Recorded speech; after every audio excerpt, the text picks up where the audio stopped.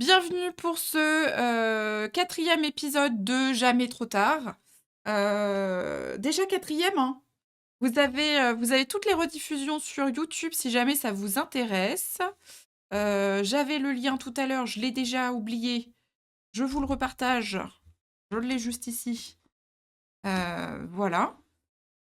Et donc, pour aujourd'hui, j'ai choisi une œuvre d'un artiste que globalement tout le monde connaît.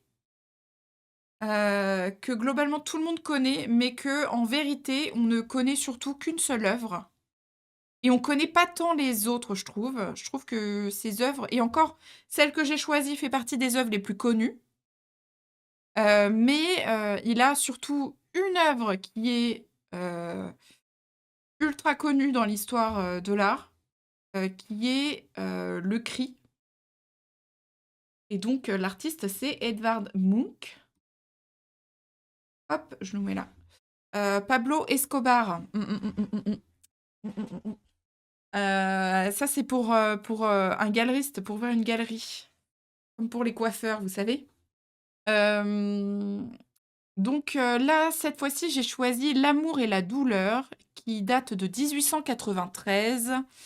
Et Edvard Munch est né en 1863 et mort en 1944. Comme ça vous permet de situer un petit peu. Ça vous permet de situer un petit peu les dates au niveau de sa vie. Euh, et ouais, c'est pas une faute, c'est bien Edvard. Oui, oui, c'est bien Edvard. C'est bien Edvard Munch. Et ouais, et on dit bien Monk, Oui. et pas J'ai- Munch. Oui, oui, oui. Contrairement au Monster Munch. Exactement. Euh, pour être tout à fait honnête, moi j'ai toujours aimé le cri. Enfin, ça faisait partie des œuvres que j'aimais particulièrement parce que certaines mélancolies, je suis habitée par une certaine mélancolie, on va dire, depuis toujours. Et je sais pas, ce tableau, il me, j'arrive à visualiser, en visualisant ce tableau, même si je ne l'ai pas de visu, je l'ai jamais vu en vrai, j'arrive à comprendre les émotions qu'il essaye de faire traverser, etc.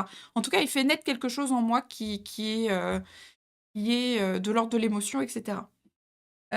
Et il y a eu une rétrospective il y a pas si longtemps, il y a quelques années, mais il y a pas si longtemps. Il y a eu une rétrospective sur Edvard Munch au musée d'Orsay, je dis pas de bêtises. Et avec Asvold, on a eu la chance d'aller voir cette rétrospective, magnifique rétrospective, où il y avait un grand nombre d'œuvres, un grand nombre de tableaux, de peintures, et surtout, il y avait plein d'œuvres, mais il n'y avait pas le cri. C'était une grande rétrospective où on nous parlait de son travail, mais il manquait, en tout cas, il n'y avait pas la pièce majeure de ses œuvres, qui est le cri. Il y a plusieurs tableaux avec le cri d'ailleurs. Oui, oui, oui, tout à fait, tout à fait. C'est une œuvre qui a été beaucoup reprise. Je vais vous montrer. Home. Hop. 2022-2023, l'exposition. Bah voilà, donc c'était vraiment il n'y a pas longtemps. Hop, oula. Et tout est. Attendez. J'ai pas fait ça. On enlève ça pour le moment.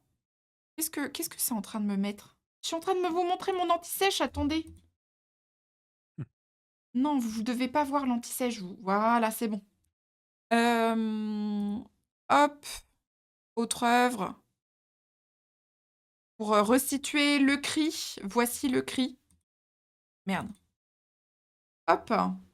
Le cri d'Edvard Munch. Voilà, je dis Munch, ça y est. On va pouvoir comptabiliser le nombre de fois où je dis mal son nom. Edvard Munch, avec cette espèce de tableau un peu étrange, euh,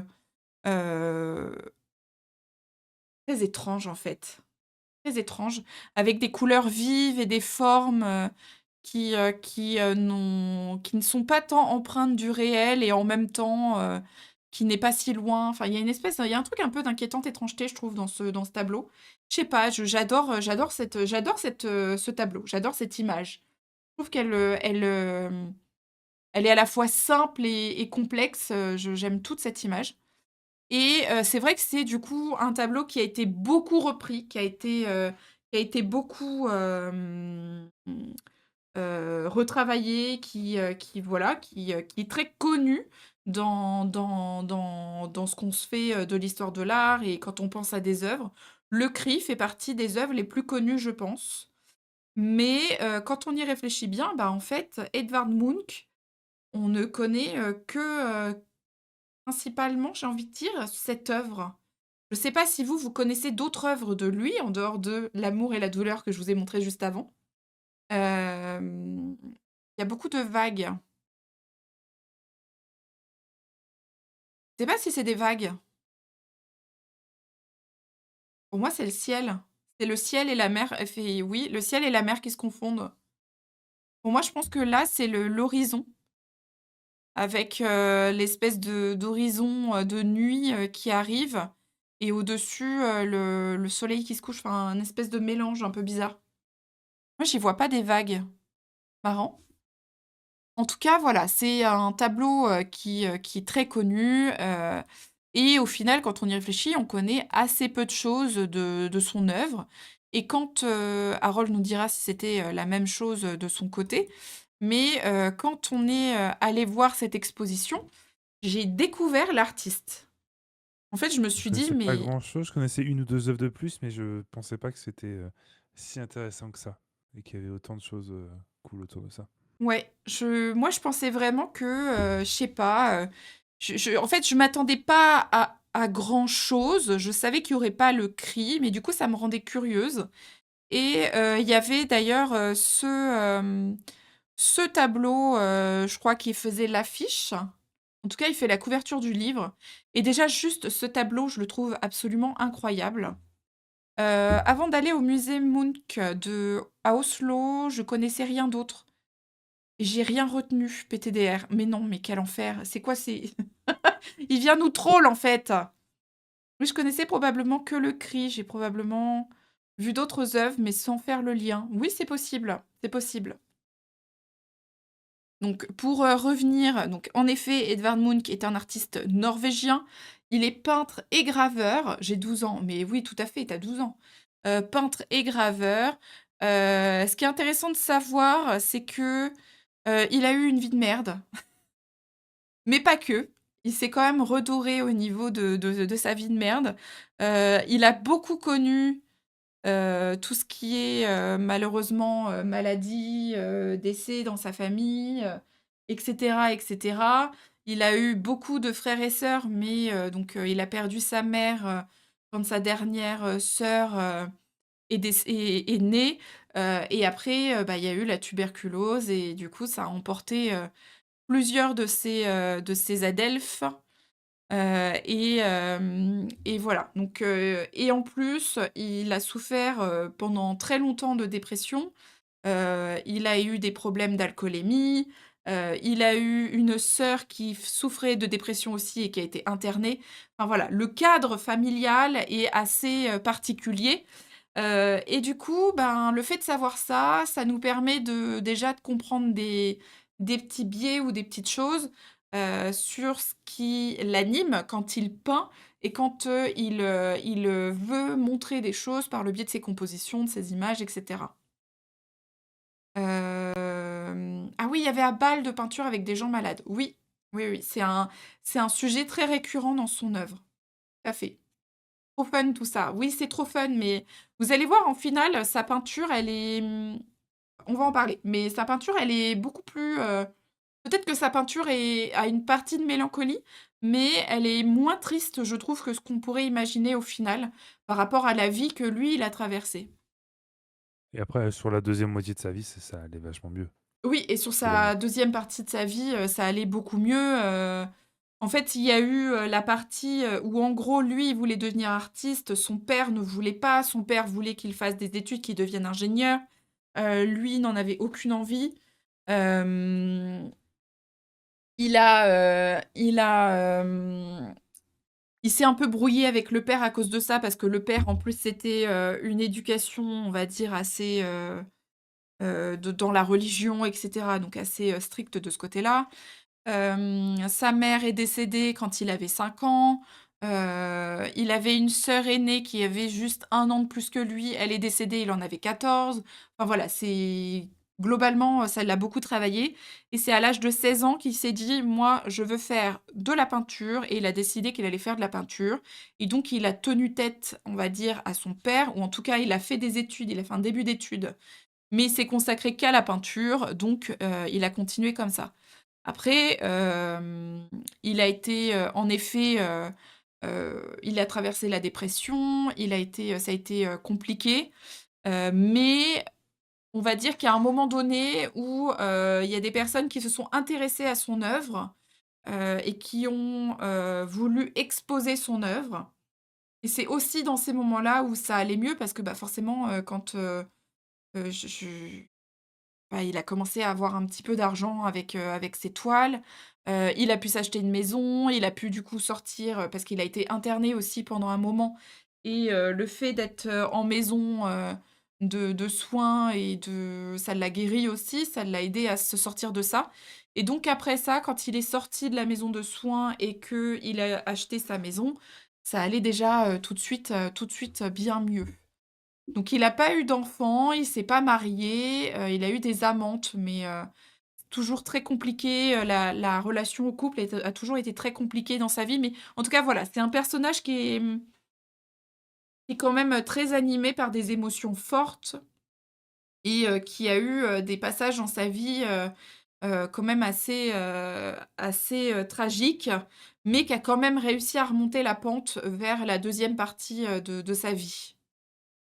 On lui voler ses cartes Magic à la récré. Il faut que j'arrête de m'arrêter pour lire tes commentaires, en fait. Mais je pense que peut-être que, ouais, on lui volait ses cartes Magic à la récré, peut-être. Hem et ce qui est intéressant aussi, c'est que c'est un artiste qui a touché à tout, on va dire. Donc il a fait de la peinture, il a fait de la gravure, il s'est beaucoup intéressé aussi aux décors de théâtre. Il a fait du cinéma, il a fait des courts métrages. Donc voilà, c'était quand même un artiste qui, on en revient est toujours dans les obsessions. On en revient toujours avec ces artistes qui ont des obsessions, qui reviennent, on commence à comprendre le schéma de pensée de beaucoup d'artistes, hein. Puis, je suis désolée, mais je lis les commentaires de Nomdaz à côté et ça me déconcentre. Pas de copine, pas d'enfant, pas d'avenir, joueur Warhammer, ça. Chut, chut, l'enfant dissipé là, on arrête. Du coup, je sais plus ce que je disais.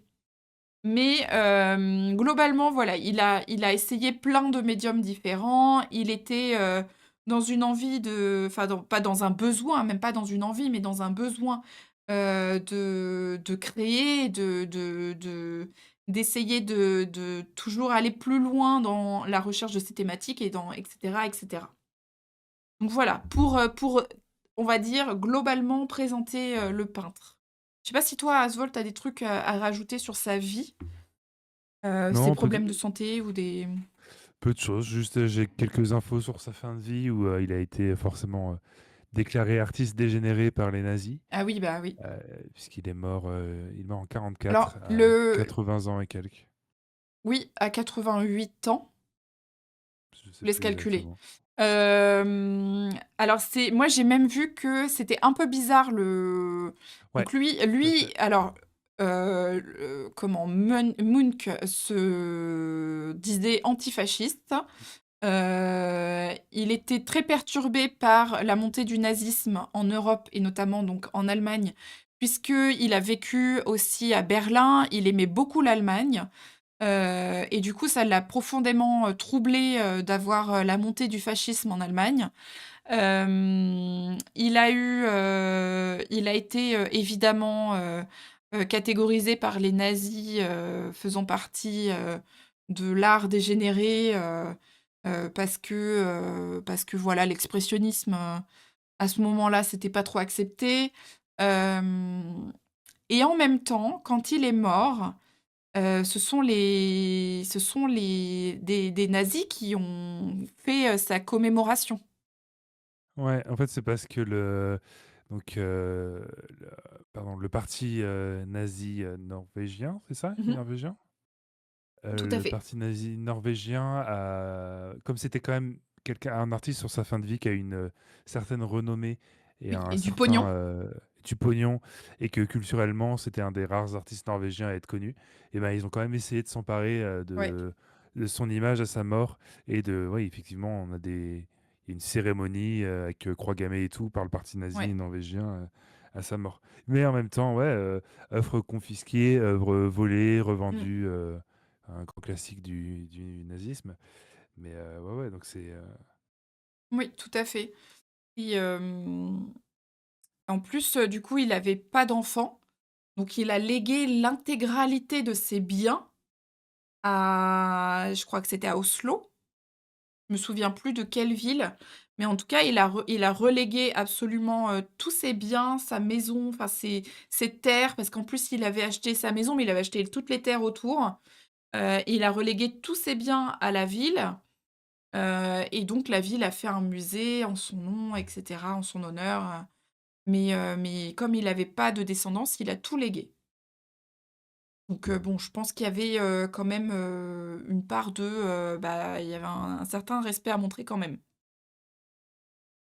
Si on en revient, on apportera d'autres éléments, sur, lui et ce qui l'habitait justement, en parlant de l'œuvre. Mais si on en revient justement à cette œuvre, qu'est-ce qu'on peut en dire?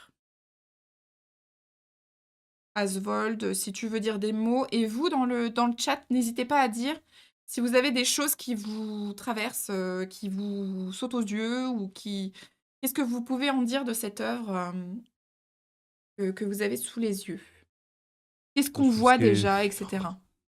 ce qui est frappant, c'est l'absence, complète de figuration dans le fond, de décor. Mmh mh.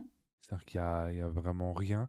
La lumière, on ne sait pas trop d'où elle vient, peut-être de devant, mais en même temps, elle a l'air assez uniforme et Ouais. pourtant les ombres sont très, enfin, tout est plongé dans l'ombre. Mmh.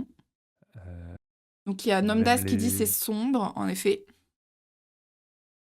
Le fond donne l'impression qu'il y a du mouvement. Ouais, c'est le fond est pas noir uniforme, il y a toujours comme il y avait sur le Christ, cette espèce de truc de vague ou quoi que dont Non, alors on a après, je pense parlé. que l'image n'est pas non plus, de sa meilleure qualité et en même Non, temps mais je pense qu'il y a quand même ouais, beaucoup parce qu'on voit quand même les de craquelures choses. donc mais Mmh. oui, si on essaye de zoomer un petit peu, on a le geste de l'artiste, donc quand on parle du geste de l'artiste, c'est qu'on voit dans la matière picturale, donc dans la peinture, on voit, on voit vraiment le coup de pinceau. Donc on imagine et quand on regarde même ici, par exemple, on voit que le geste, il va plus ou moins toujours dans le même sens. Il va toujours dans le même sens que le bras, il va dans le même sens que les cheveux de ce côté-là et ainsi de suite. Donc pour ça, c'est quand même, on voit bien quand même, c'est un vampire en train de boire. Alors il y a plein de choses à dire.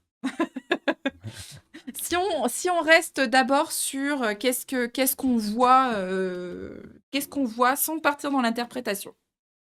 En effet, c'est sombre. En effet, il y a une source de lumière, on ne sait pas trop d'où elle vient, mais elle semble venir quand même, je pense, devant le tableau, donc à notre place si nous on regarde.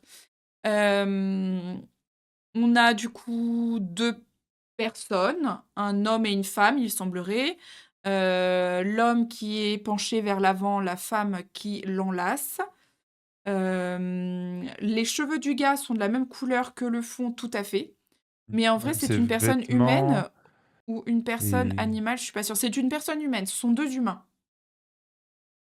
mais Ce ouais, sont je vois le 2 truc humains. avec l'animal parce que même l'homme, ce qu'on suppose être son vêtement, ça se confond un peu avec le cou. On dirait une espèce de pelage qui se fond dans dans son visage, dans son cou. Oui et même toute la tenue, en Même fait, se fond ouais. avec le fond. Un fursuit? Pas ce que c'est. Je sais pas ce que c'est. Les furries, c'était la combinaison des furries. Ah, je préférais ne pas savoir. Mais oui, on a quelque chose, un presque, si on trouve un peu une symbolique ou quoi, c'est un peu étrange parce que, alors déjà, c'est une posture qui, quand on regarde le titre «L'amour et la douleur», je trouve que c'est une posture qui, en effet, nous raconte aussi bien l'amour que la douleur. Je sais pas si vous ça vous parle ou pas? Mais je trouve que c'est une posture de réconfort, heu, elle est pas réservée à un couple, mais en tout cas, elle est réservée à des personnes qui ont un lien émotionnel qui est assez fort. Je pense qu'on réconforte une personne comme ça, quand on est très proche de la personne. Un parent avec son enfant, un couple ou vous voyez ce que je veux dire? Le gars se fait aspirer par le fond. Je suis tout à fait d'accord avec toi. Moi, j'ai l'impression que si on regarde un petit peu, si on part un peu dans à chercher un sens ou si on veut, trouver un truc un peu, métaphorique, moi je trouve que, c'est comme si, le la personne, elle retenait la personne et que la personne était déjà en train de disparaître. Oui, le titre fait sens. On dirait plutôt qu'elle retient le gars, genre il disparaît. Putain, mais les grands esprits se rencontrent, c'est fou, hein. Mais en fait, toute la Et partie droite est en train de disparaître parce que même oui, le bras de la femme, c'est une femme d'ailleurs, on n'en sait rien, qui est censée qui est un peu plus dans l'ombre et elle est en train de partir et il a le même mouvement que le fond mmh, et ses cheveux aussi ont le même mouvement que le fond. Il est tout en train de oui. couler dans cette partie-là. Alors qu'à gauche, que ce soit l'arc de son bras, l'arc de la tête, Mmh mh. de sa tête et de la tête de la personne qui réconforte, sont vraiment nets avec le fond. On a une courbe et ça tranche vraiment avec le fond. Oui. Et on a même, si vous regardez, je crois pas que vous l'ayez dit, mais des fois je suis désolée si vous dites des choses et que ça me passe comme ça, c'est voilà, c'est les heures de stream qui font ça. Si on regarde, on a même un dégradé qui s'opère entre, la peau et du coup, le noir qui est la même Mm. couleur que le fond. Le Ouais, deuil, oui, ça, on pourrait apparenter ça au deuil. on a parlé un petit peu aussi sur le côté animal, que ça donne quasiment un côté Oui, animal à la personne, oui, OK. côté, côté fourrure. Oui. L'absence aussi de signes distinctifs sur les visages. La personne au milieu, il y a quasiment rien. On voit un petit peu une orbite, Mmh. on voit l'oreille, la ligne des cheveux, mais voilà, c'est pas des marques distinctives. Et pour l'autre personne, on voit quand même les arcades et le nez, mais les visages sont très, très flous. Comme on voyait assez bien dans le cri d'ailleurs, que pour les personnages en arrière-plan, il n'y avait pas de visage. Oui. C'est quoi le point blanc au coude de la femme? Je pense que c'est son vêtement. C'est un morceau de son vêtement. Alors moi, ce qui me saute aux yeux quand même aussi, c'est si on parle de la couleur, donc du fait que ça soit sombre avec une tache de lumière. Donc ça nous fait un peu penser au clair-obscur déjà d'une certaine manière. Et aussi, c'est quand même la touche de orange de la chevelure. La chevelure qui s'éparpille et qui accentue, le fait qu'elle englobe l'autre personne. La chevelure, elle vient appuyer ça et là, en fait, la touche de couleur vient appuyer ça aussi. Il existe plusieurs donc Attends, avant, vas-y. il y a un truc aussi très un peu baveux, un peu défaut d'impression sur certains contours que je trouve assez intéressants. Je dis pas que c'est des défauts d'impression, mais il y a sur le pli du coude, par exemple, où il y a Oui. cette ombre qui n'est pas noire mais qui est orange. Moi j'adore sur le coude gauche, cette espèce de vert un peu Ah, spectral que tu as nulle part ailleurs, coude gauche, notre gauche à nous, donc sa droite à elle. Ce, oui, ce là? vert-là qui est un peu. Oui, ah ok, il y a un décalage, c'est pour ça. Pardon. Il y a Oui, il y a une espèce de bleu-vert, cette mais alors espèce de, après, ouais, est-ce que de c'est bleu-vert vraiment un peu dans la spectral. peinture ou est-ce que Je c'est pense que oui, je pense que oui. mais Ouais, oui, ouais, oui, oui. j'ai Mais vu ça après, un je vais peu. vous alors comme, donc c'est intéressant que tu dises ça parce que ça fait le lien avec ce qui va suivre.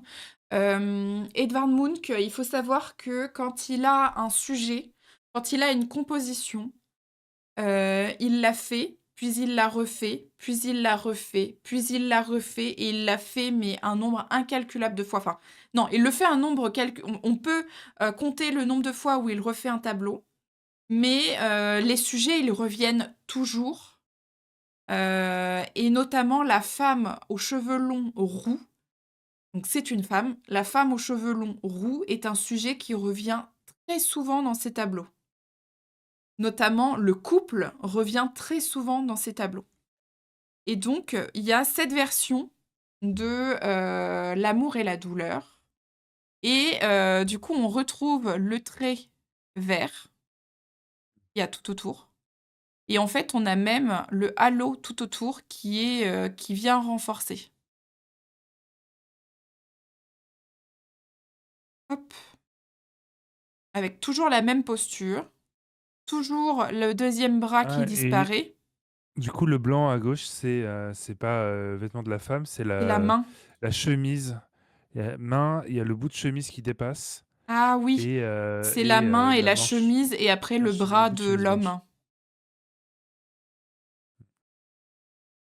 Mal d'amour, le pauvre Munch. Je sais pas si c'était un mal d'amour parce que il a eu des amantes, il a peint ses amantes d'ailleurs.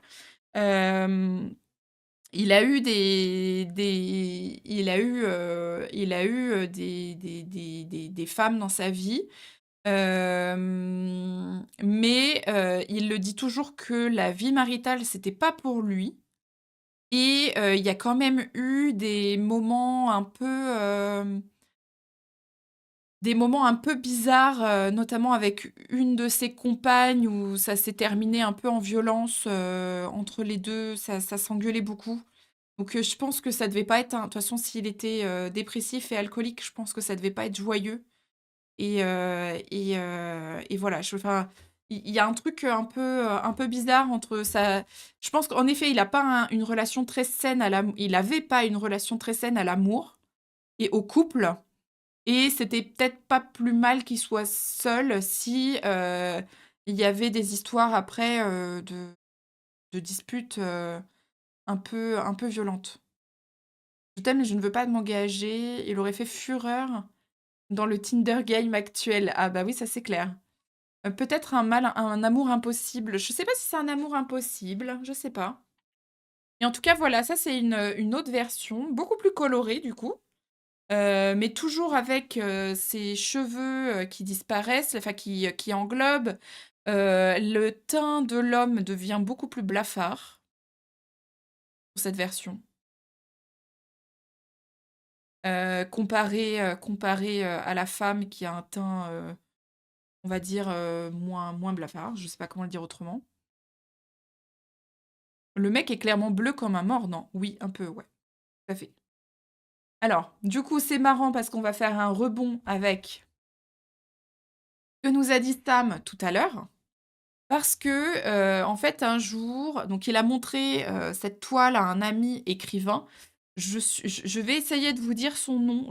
Mais je vais pas y arriver. Je vous le copie-colle, vous voyez? Je vous le copie-colle dans le chat. Il y a son ami écrivain. Qui a vu cette image, qui a vu cette composition et lui a dit que, la femme était un vampire, que ça ressemblait à un vampire qui était en train de mordre quelqu'un et du coup, Munch a complètement repris le concept et donc il y a un deuxième nom, pour ce tableau qui est vampire et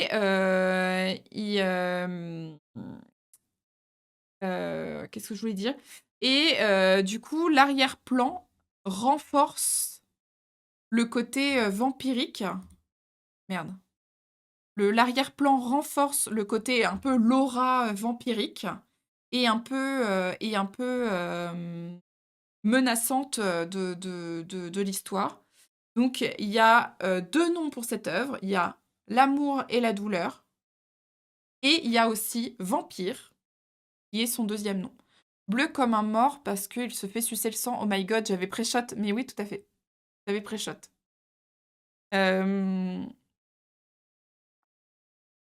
Donc la posture fait penser à une morsure vampirique. Je re-regarde mes antisèches pour être sûre de ne rien oublier.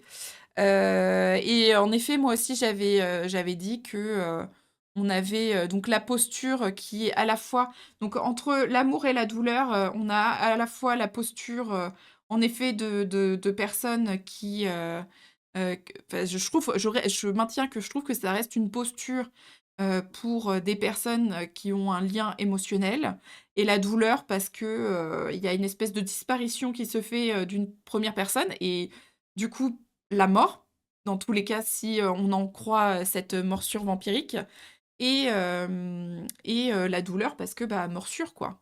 Morsure. Émilien des 12 coups de midi en sueur, GG. Oui, la posture est très intime. Oui, oui, oui, tout à fait, la posture est très intime. Oui, oui, oui. Donc il y a encore 2 autres versions de cette œuvre. Il y a, celle-ci avec la forêt derrière, avec des touches de couleurs, donc, encore une fois, on voit que l'homme a pour couleur, le fond. Même si là, il y a un décor à l'arrière, l'homme est aux couleurs des arbres, alors que la femme a les couleurs, qui lui appartiennent et comme il a fait, de la gravure, il a fait cette lithographie qui est de la gravure sur pierre, hem, de cette même œuvre. Donc elle est en miroir par rapport aux autres œuvres parce que, qui dit, gravure dit, image inversée.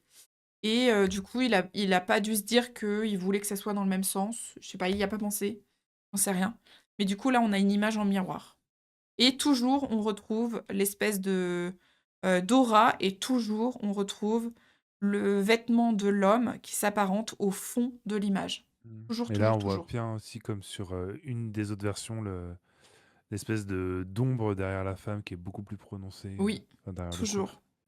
En fait, c'est toujours la même composition si on regarde, mais c'est toujours un effet différent. C'est trop beau. Mais c'est très oui, oui, c'est très, très beau et les couleurs, je vous jure pour l'avoir vu en vrai, les couleurs, elles sont incroyables parce que là, il y a des écrans et cetera, mais les couleurs, elles sont mais en fait, on Donc même là, je imagine parlais en particulier de la lithogravure. oui, oui, oui, oui, je me doute. Oui, oui, Moi, oui. j'adore ces lithogravures. Je sais pas Oui, pour oui, vous. elle est sublime et dans la justement dans l'exposition, il y avait, il y avait les tableaux, il y avait en regard, les répétitions de ces tableaux. Donc il y avait d'autres tableaux avec, des postures semblables ou des personnages récurrents et il y avait aussi les gravures, lithographies, gravures sur bois, machin truc et du coup, il y avait vraiment cet effet de, on était englobés dans l'œuvre d'une certaine manière parce que on était englobés dans cette thématique qui, on le voit, le lui tenait à cœur, quoi. C'est marrant aussi, ça se voit bien sur ces lithogravures, je trouve.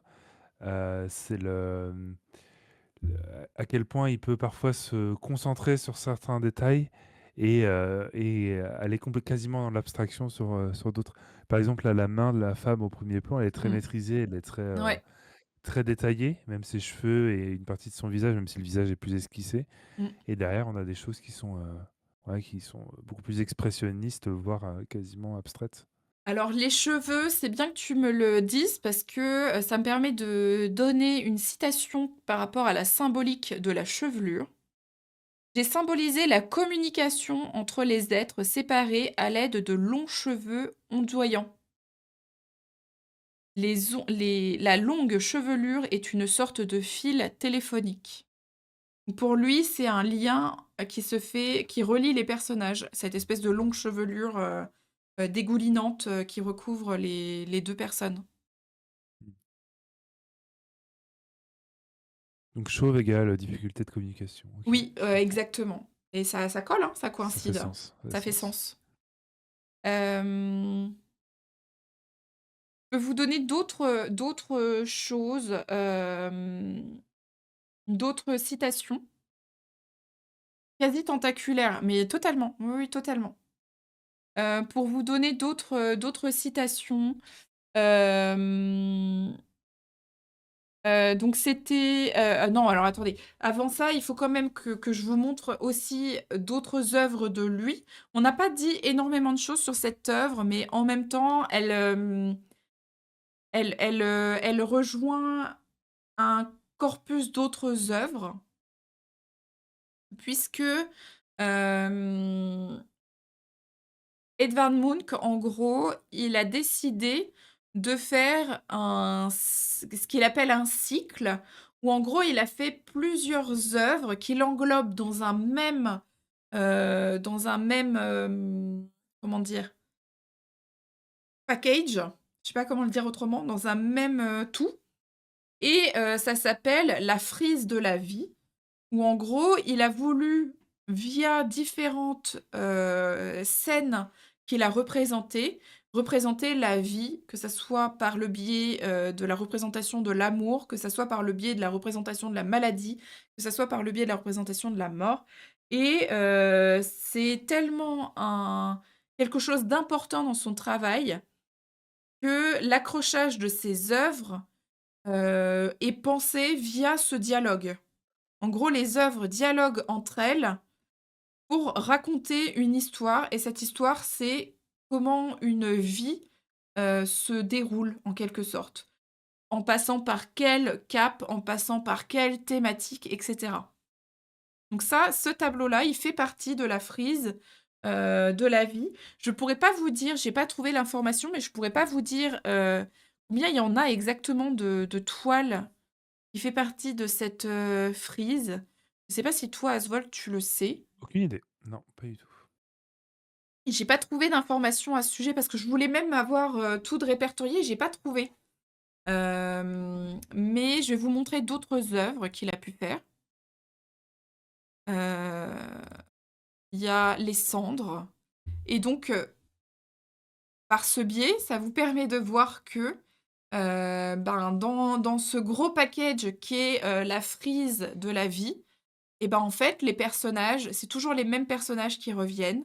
On a toujours cette femme avec cette longue chevelure, rousse, cet homme à côté avec toujours son teint blafard, ses cheveux qui viennent et qui vont, englober l'homme pour faire le lien au niveau du couple et toujours, des couleurs, très vives. En tout cas, la femme est toujours plus lumineuse que l'homme.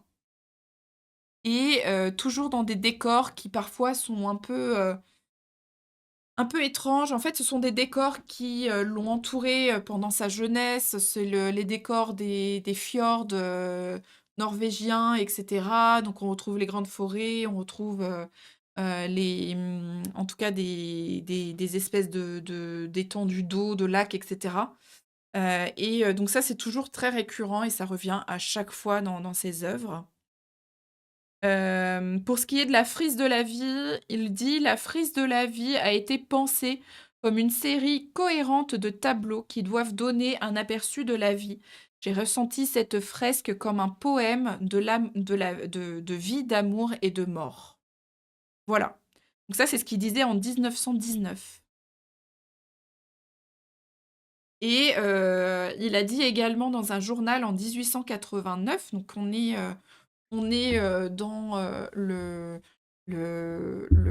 l'invention enfin, il y a eu l'invention de la photographie en quelle année? Je me rappelle plus. Exact.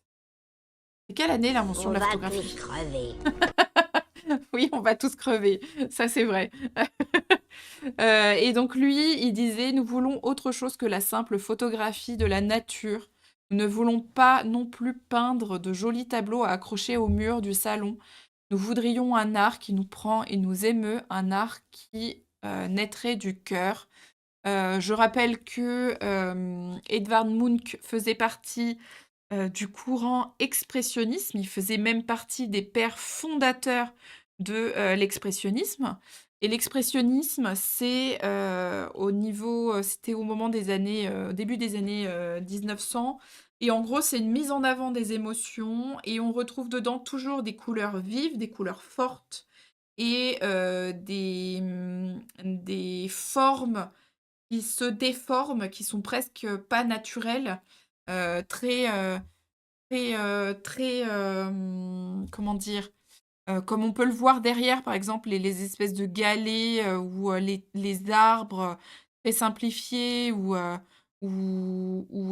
c'est le corps même de l'homme, les racines qui viennent encadrer après le tableau. Enfin, voilà, on retrouve des formes très particulières et ça fait Bon, partie de ça de l'expressionnisme. dont le but est aussi de faire un lien avec, Plutôt une réalité émotionnelle, une Oui, réalité de provoquer un sentiment émotionnel oui, fort pour tout le à fait. spectateur. Photographie 1838, le premier C'est daguerreotype ça. Donc, en on fenêtre. est, dans la photographie, qui est de plus en plus, présente. On est, faut dire aussi que, c'est toujours dans les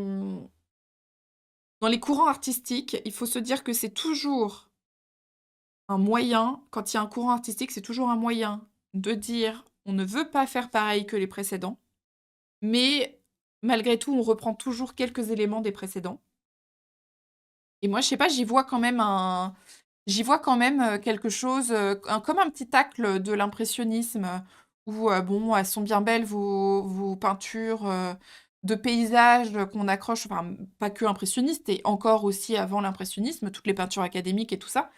Mais, je trouve qu'il y a un petit tacle en mode, bah, oui, elles sont bien belles vos peintures, mais nous, on veut ressentir des choses aussi en voyant les peintures et on veut avoir, l'expression d'un sentiment. C'est ce qu'on dit, quand on parle d'expressionnisme et je trouve que, ma foi, ça fonctionne plutôt bien.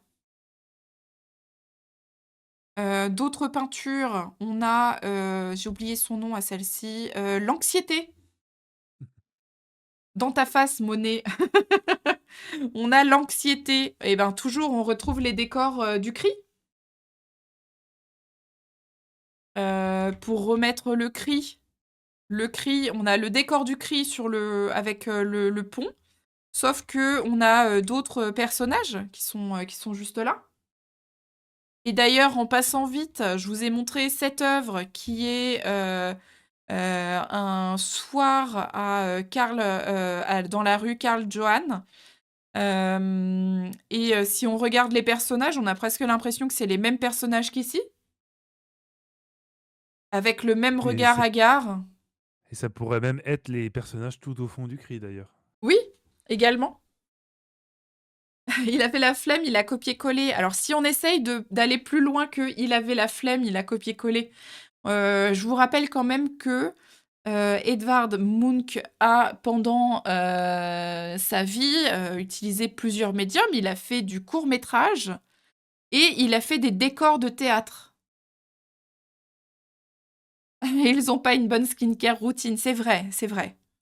Ils sont Ouais, un c'est peu, vrai que tout le monde est un peu cadavérique. ouais, Et ça renforce ce côté toujours un peu flippant de pas mal de peintures de Munch, oui. enfin de ces séries-là. Là, on a la Qui sont... séparation. Ah, encore les cheveux. Oui, toujours les cheveux, hein. La main sur le cœur et vous avez vu la touche de couleur sur l'homme, elle est, sur cette main qui est sur le cœur. Rouge, comme si le cœur était ensanglanté. La femme, elle est, comme si c'était une mariée, qui est en train de se dissoudre vers le soleil. Les fleurs au premier plan, elles nous donnent l'impression de voir, des formes comme si c'était un couple, mais c'est très abstrait.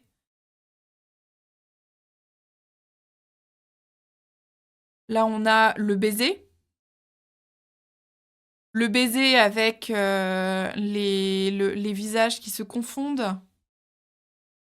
Ouais, oui, ils ont fondu ensemble là. Ouais. Il y a des cœurs partout dans les formes, je vais le remettre après, on va regarder. Avec, toujours cette espèce d'aura qui entoure le Mm. couple.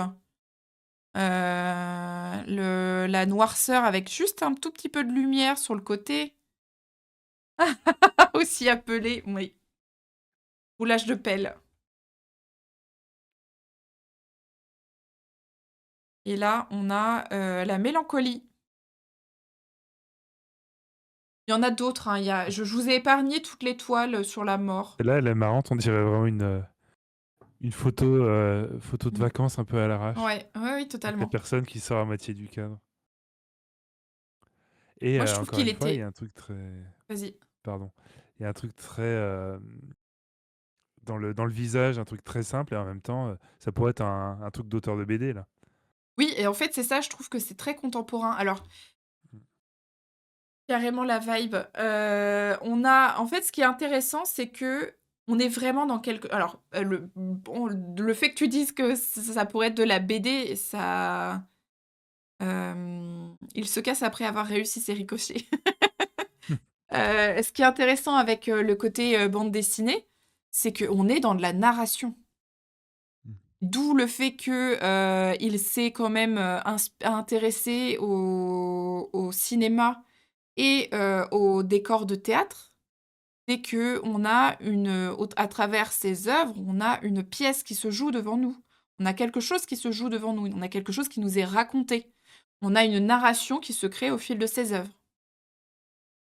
Là, et même par rapport au titre de ces œuvres, on est dans des titres qui sont très, brefs, concis, parfois qu'un seul mot et c'est, tout ce qu'on doit, comprendre et généralement ce sont des émotions et c'est comme s'il essayait de nous dire qu'est-ce qu'on doit ressentir par rapport à cette image ou qu'est-ce que cette image doit, ressent et ainsi de suite ou qu'est-ce que le personnage dans l'image ressent et ça, c'est quelque chose qu'on pourrait pas forcément aussi bien, découvrir que dans une scène de cinéma en mouvement ou, dans une, linéarité, d'une page de bande dessinée où on a une suite d'actions avec, le mouvement. Là, on n'a pas tant le mouvement, mais on nous indique quand même qu'est-ce qui est en train de se jouer devant nous. Bah oui, en effet, là, on a la mélancolie et puis avant, on a le cri et puis encore avant, on a le baiser et encore avant, on a la séparation et encore avant, on a, la promenade, le soir et puis encore avant, on a l'anxiété et puis, on a les cendres parce que, là, on est, avant la séparation. Vous voyez ce que je veux dire?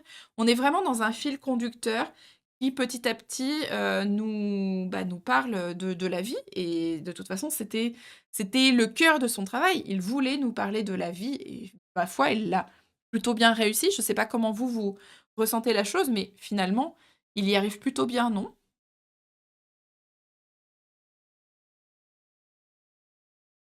C'est silencieux. Il y a eu un grand silence d'un coup. Je sais pas si tu as des choses à rajouter à Asbold? Non, pas du tout, ça m'a évoqué quelque chose d'autre, donc je suis en train de faire ce que j'ai pas réussi à faire cet après-midi, c'est-à-dire, faire un lien avec une autre artiste. C'est autobiographique ou pas du tout? Heu, oui, en partie, je pense. C'est pas je l'ai pas lu comme étant quelque chose d'autobiographique. J'ai pas lu d'informations comme quoi c'était autobiographique, mais en tout cas, il a fait des œuvres qui s'apparentent à quelque chose d'autobiographique. Ouais, bah, sur les des tableaux qui sont pas forcément là, mais les À trucs la de f j maladie et tout Oui, ça, c'est ouais, clairement, c'est clairement autobiographique. Il a une de ouais, ses, donc sœurs qui est décédée alors qu'elle était assise dans un fauteuil en osier et du coup, il a fait une toile, je vais vous la trouver. Je vous l'avais pas mise. Il y a des tableaux comme ça, des fois, qui sont un peu enfin, en soi, il est pas pesant, mais parce qu'on voit même pas de il y a m la personne, malade n'est même pas représentée parce qu'elle tourne le dos, à la scène. Mais je sais pas, ils sont des fois un peu pesants et je vous épargne. Mais c'est vrai qu'ils font sens aussi, dans dans son travail, donc bon. Hop, c'est cette toile en particulier. Hop, que je peux l'avoir en grand. Heu, hop et hop. Je peux pas l'agrandir? Si. Donc ça, c'est, La mort dans la chambre et donc on a, plein de personnes dans cette chambre, tout le monde regarde dans une, direction différente, personne ne se regarde et on a le fameux fauteuil en osier avec, la personne mourante, dans le fauteuil en osier. Donc on a quand même quelque chose d'assez autobiographique, dans ses œuvres. Heu, Pas la meilleure vie, mais clairement oui. Alors après, bon, encore une fois, il a fini sa vie, dans une grande demeure entourée de nature. Et ce qui est intéressant aussi à savoir, c'est que il fait partie, des pionniers de l'art, comment dire? Comment je l'ai écrit? Attendez. Hem, attendez, je recherche le terme, j'avais trouvé le terme parfait. Et je le trouve plus. Pourquoi je le trouve plus?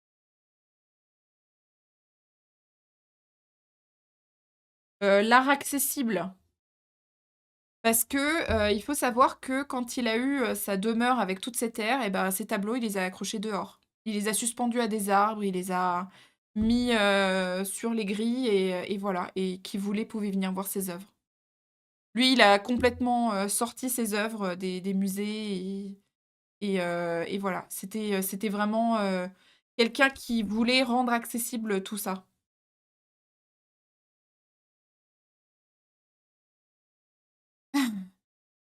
Hem, je suis désolée, j'ai loupé des messages. Le gars au fond qui vérifie si c'est porteur. Oui, exactement, il vérifie si c'est un mur porteur.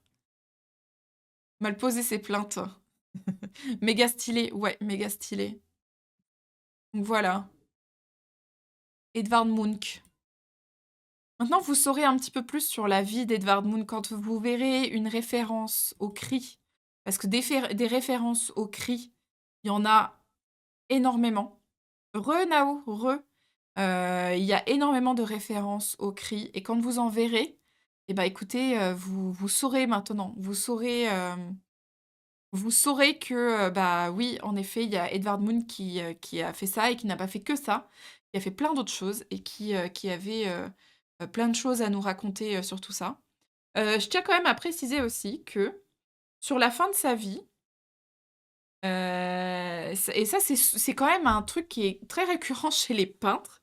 Il avait un problème oculaire, qui rendait qui faisait que, dans sa vision, il avait des corps flottants importants et donc ces corps flottants, il les a représentés dans certains de ses tableaux. Alors j'ai pas forcément de tableau faudrait que je retrouve parce que moi j'ai vu que c'était en 1930. Je vais regarder j'ai pas pensé à regarder, des tableaux de 1930. Hem, on va mettre, pas 1900. Je sais pas si je vais en trouver.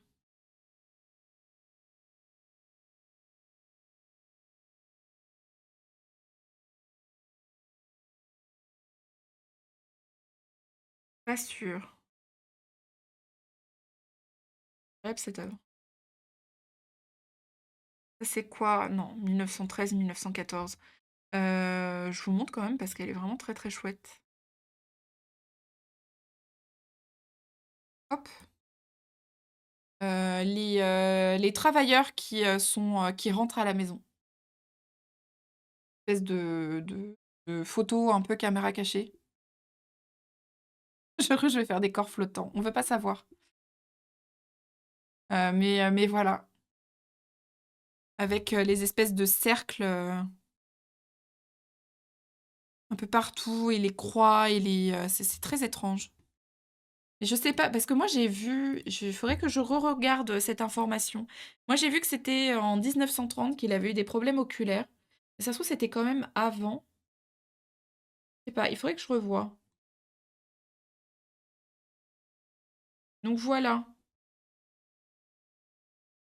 Voilà pour Edvard Munch. Je vais vous montrer des œuvres d'autres artistes auxquels j'ai pensé en travaillant un peu sur Edvard Munch.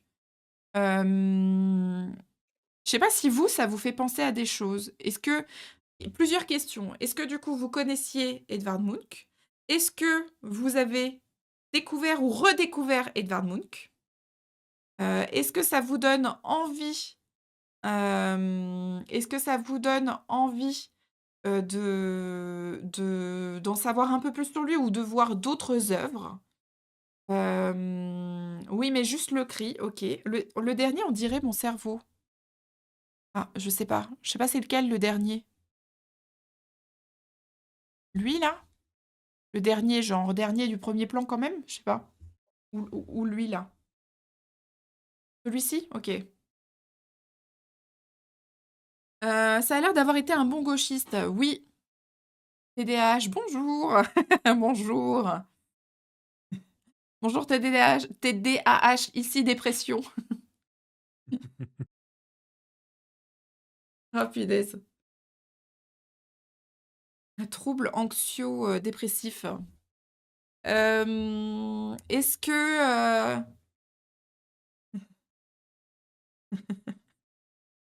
Est-ce que ça vous fait penser à d'autres choses?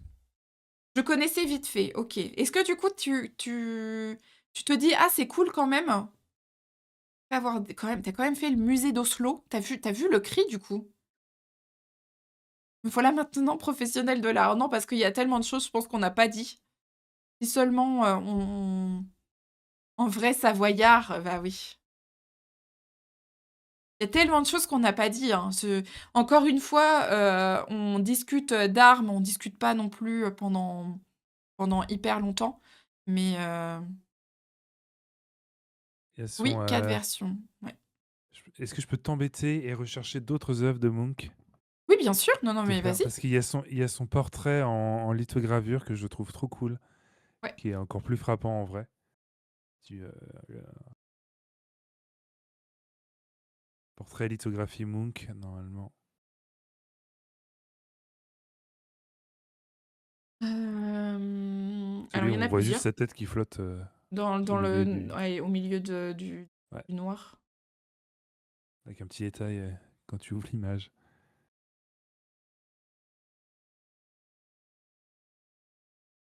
Il y a un os en bas? Ouais, c'est son Un bras. os? Ah! Oui, Ah oui, oui, c'est son on punaise! l'avait vu, Ah, je me rappelle pas. ouais, si, si, moi je m'en souviens, elle m'avait marqué. Elle est assez frappante. Voilà, lithographie, encore une fois, un visage qui flotte au milieu du néant, donc un autoportrait. Et puis, encore une fois, Ah oui, ce c'est son bras Munch avec la main. G, c'est son bras à peine esquissé. C'est la main qui Avec repose la sur un main, bureau, et sauf que c'est un bras squelettique, mmh. et qui est vraiment très, très esquissé. Ah oui! Extrêmement cool. Ah Je l'ai vu voilà, en tu vrai, l'as bah vu en voilà. vrai. Bah, Une nous fois. aussi, je me rappelle pas malheureusement. Ah si, moi je m'en souviens de celle-là. Mais ça, Elle c'est m'avait alors, marqué. soyez pas frustrés si, vous allez dans des musées que vous vous souvenez pas des 3 quarts des choses, c'est normal. Les musées, faut les faire et il faut les refaire et il faut les refaire. En plus, votre sensibilité, elle change au fur et à mesure des Mm. années, donc il y a des choses qui vont pas vous marquer, à 20 piges, qui vont vous marquer à 30 et qui vous marqueront plus à 40, enfin voilà, c'est comme ça. Celui-ci sort tout droit d'une BD, ça pourrait, ça pourrait.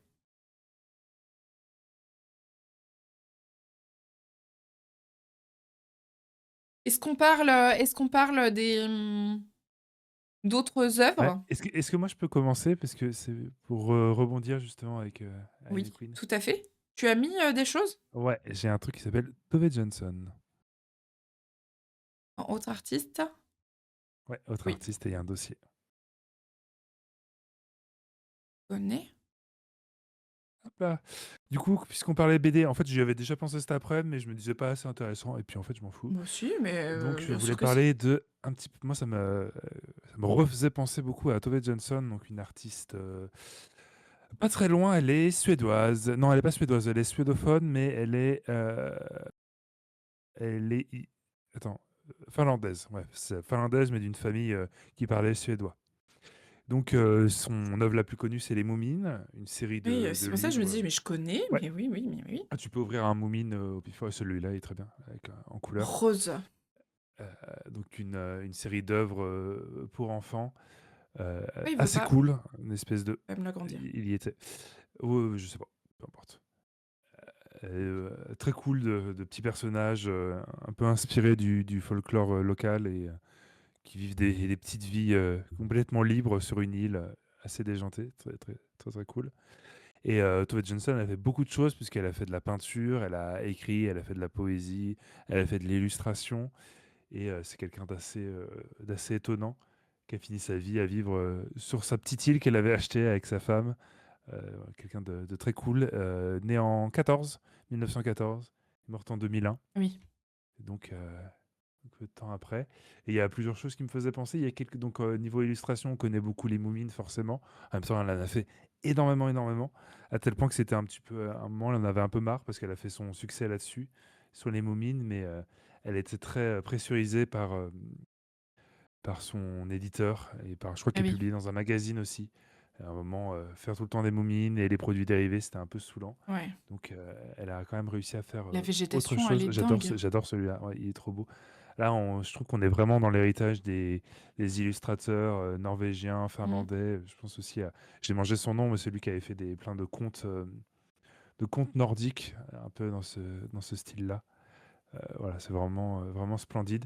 Elle a fait des illustrations pour le Hobbit aussi. On en a quelques-uns. On a juste tout à gauche, là, il y en a une, et il y en a une en bas à droite.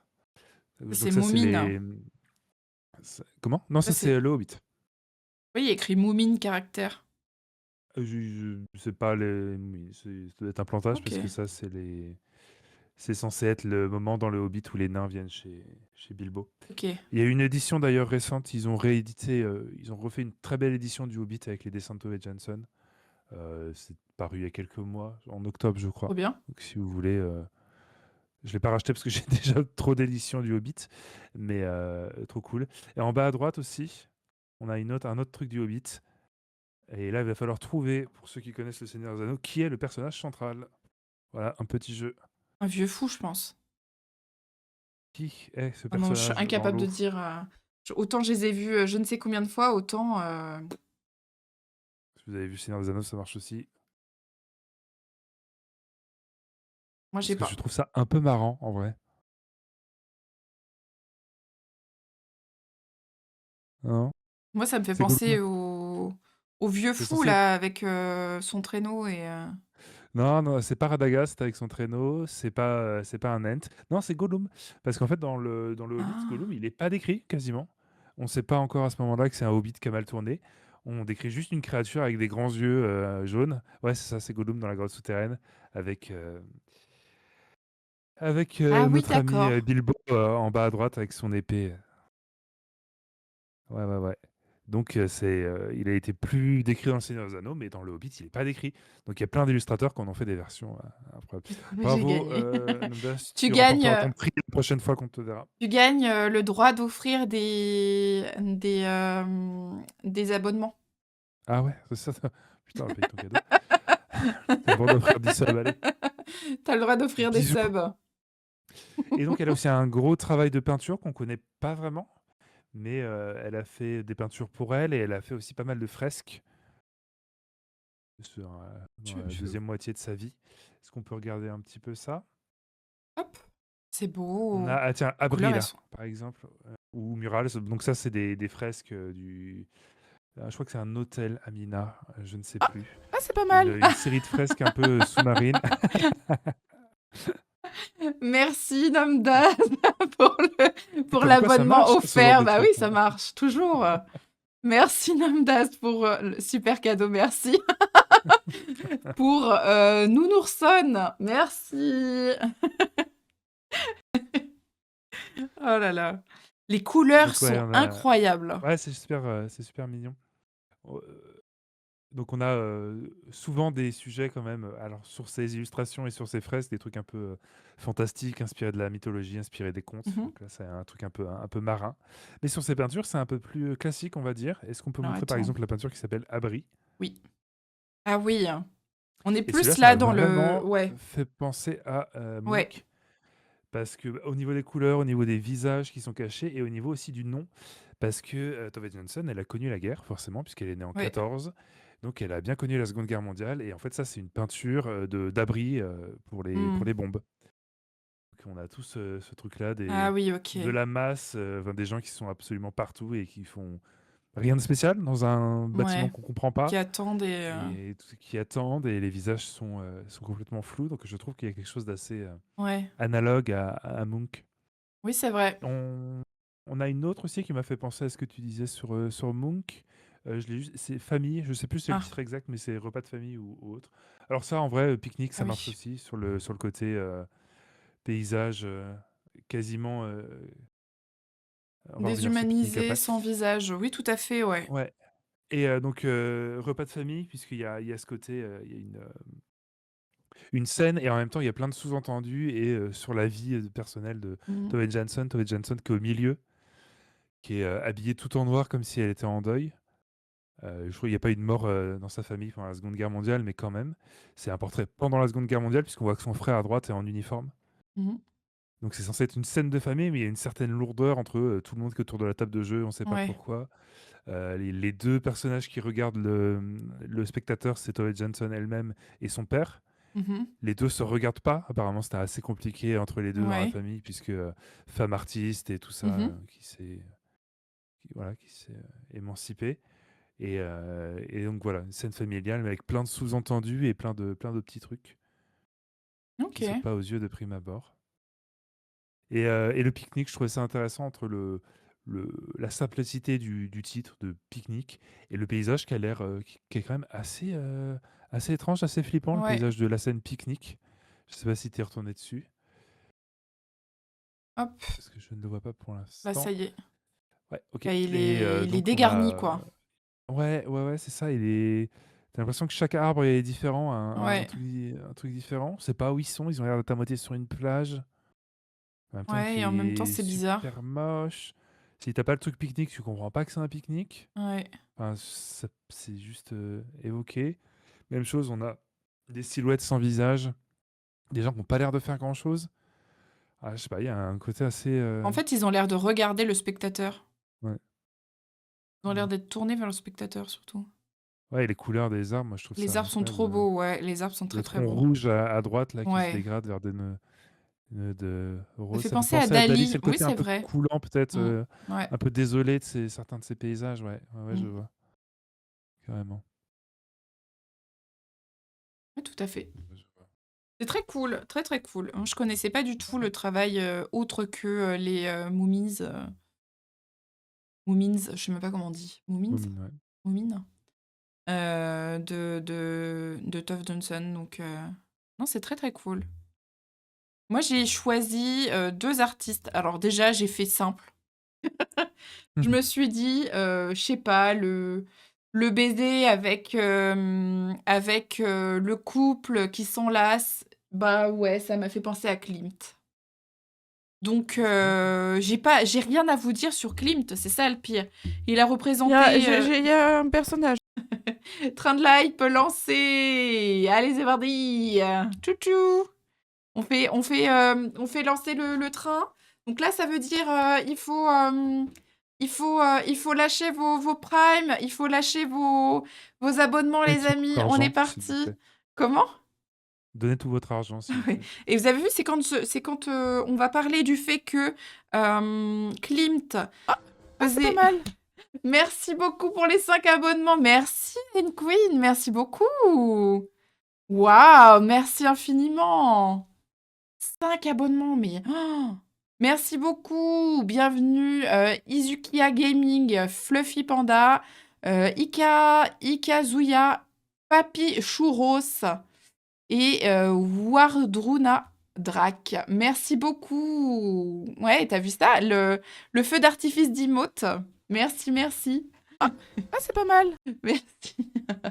Et merci à Svold pour l'abonnement à Anne Queen. Merci beaucoup. Trop chou. Merci infiniment. Trop, trop chou. Ah, on se fait saucer, hein. Alors là, niveau 2, merci infiniment. Niveau 2 terminé. Trop bien. Merci beaucoup.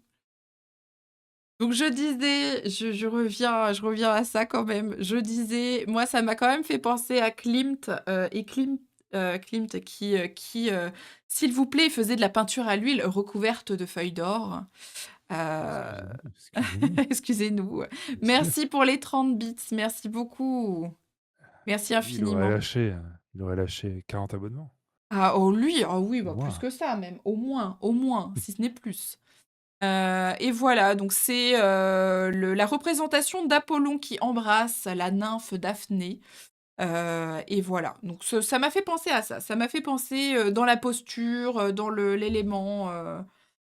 Klimt le gros bourge. Après, l'œuvre est très belle, voilà. Et il y a un autre artiste auquel j'ai pensé.